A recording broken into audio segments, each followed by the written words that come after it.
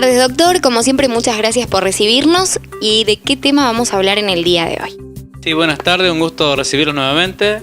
Vamos a hablar de pérdidas de embarazo. La pérdida del embarazo antes de las 20 semanas se denomina aborto espontáneo, o sea, aborto natural. Es una patología bastante frecuente a nivel mundial, ya que hay un caso cada 5 embarazos. Por lo tanto, es una consulta bastante frecuente y angustia mucho a la pareja. Más que nada a las pacientes que han tenido ningún hijo y justo su primer embarazo y le ocurre este deceso. Básicamente, como dijimos, tenemos abortos espontáneos y abortos provocados. El aborto provocado en otros países, donde la ley lo permite, se realizan, eso es otro tema. Y en Argentina está penado ese capítulo, así que nos abocamos a prevenir más que nada la pérdida de un embarazo, tanto presente como futuro. Hay gente que ha perdido 1, 2, 3 embarazos, o si hablan con algún familiar, la abuela, la bisabuela, quien fuese, va a ver que ha perdido varios embarazos. Antiguamente no se diagnosticaban tan fácil, ya que no había ecografía, no había laboratorios. Hoy en día es más fácil el diagnóstico, más temprano el diagnóstico, y encontramos, podemos también prevenir que no suceda eso. Por eso la consultas primeras al ginecólogo es importante, ya que podemos hacer estudios para evitar que tenga pérdidas. De hecho, esas cifras, digamos, estadísticas de 1 en 5 disminuyan. A nivel local disminuyan a menor cantidad. Bueno, dentro de las causas tenemos la parte genéticas, donde básicamente lo más frecuente es la unión del óvulo con el espermatozoide, se altere el número de cromosomas. Eso lo diagnosticamos. Posterior a la pérdida es importante mandar el material a hacer un estudio genético para ver si el producto de la concepción, o sea, del embarazo, tenía la cantidad de cromosomas adecuados o no. Generalmente hay veces que el cromosoma era sustancialmente en ese embarazo, nomás que se produjo el error, y otros embarazos que no lo va a producir. ¿Bien? El genetista nos puede orientar a ver si familiarmente se puede volver a producir o no.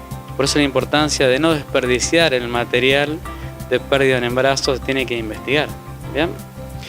Como causa número 2 tenemos trastornos uterinos. Por ejemplo, una paciente que tiene un útero, que tiene un tabique en su interior, el útero, y no se adhiere bien. Es trastornos de la implantación del embrión, del embarazo. En la capa que ustedes menstruan, esa capa tiene que ser receptor del embarazo, y las raíces del embarazo tienen que posicionarse adecuadamente. Una mala implantación, un mal arraigamiento del embarazo nos va a traer pérdidas. Y si ese útero tiene deformidades internas, por ejemplo un tabique, un pólipo, un mioma, nos va a dar pérdidas de embarazo a repetición. ¿Cómo hacemos el diagnóstico de eso? Bueno, básicamente por ecografía, pero también tenemos la histeroscopía, es decir, mirar adentro del útero con un estudio bastante sencillo, bajo anestesia.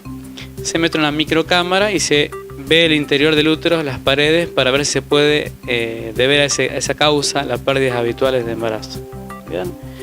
Otra de las causas son las ambientales, tanto fármacos, el tomar drogas fármacos habituales, tanto sencillos como psicofármacos.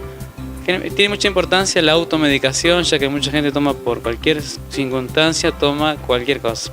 Le duele la cabeza y ya enseguida toma un analgésico, en vez de buscar la causa en hacer deporte, hacer masajes, baños, etc.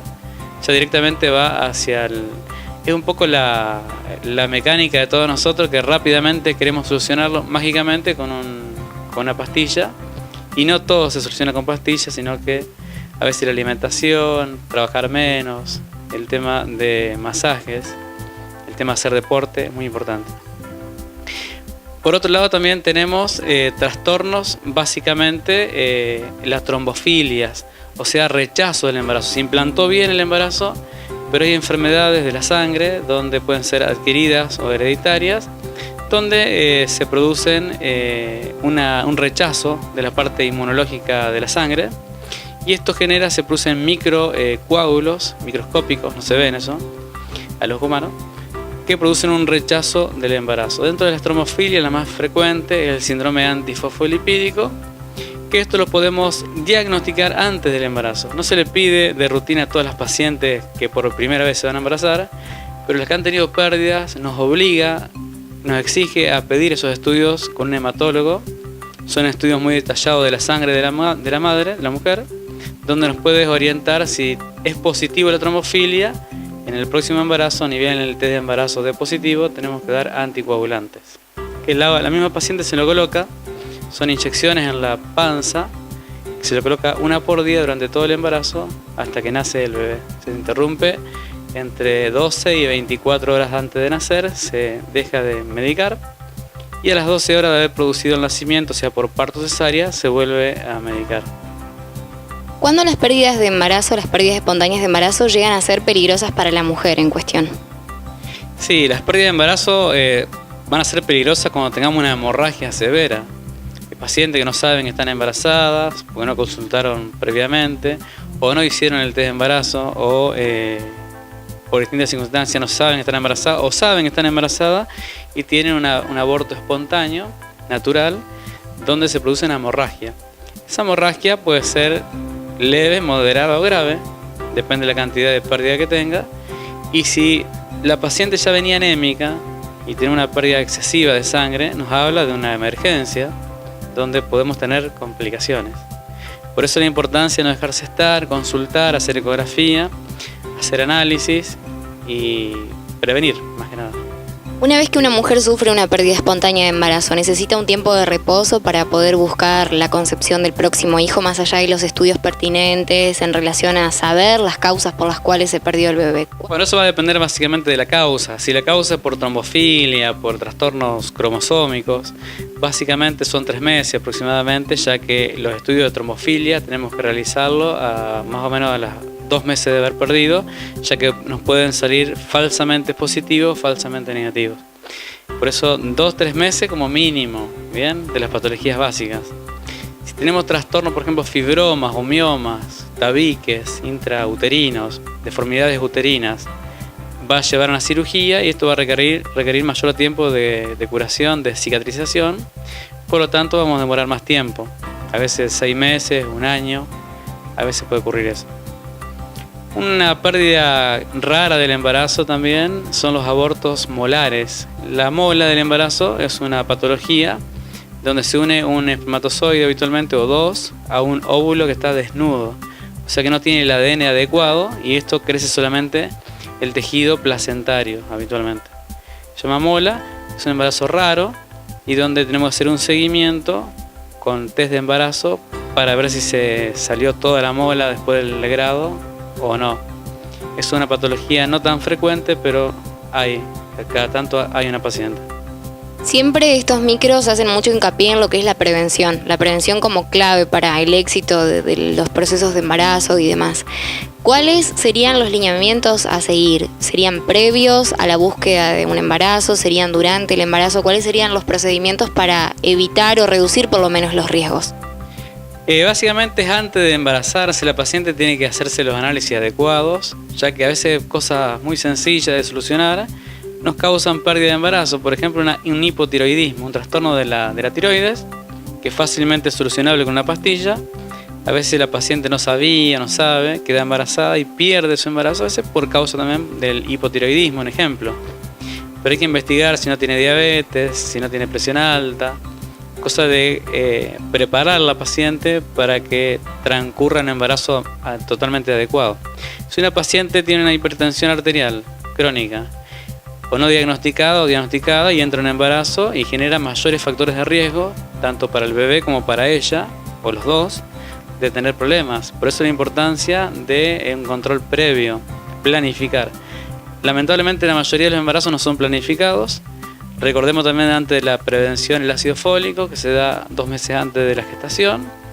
El ácido fólico es muy importante en los primeros días del embarazo, ya que hace que cierre los neuroporos, o sea, decir, cuando microscópicamente el embarazo es pequeño, lleva días de concepcionado, tiene que cerrar unas compuertas, es decir, unos neuroporos.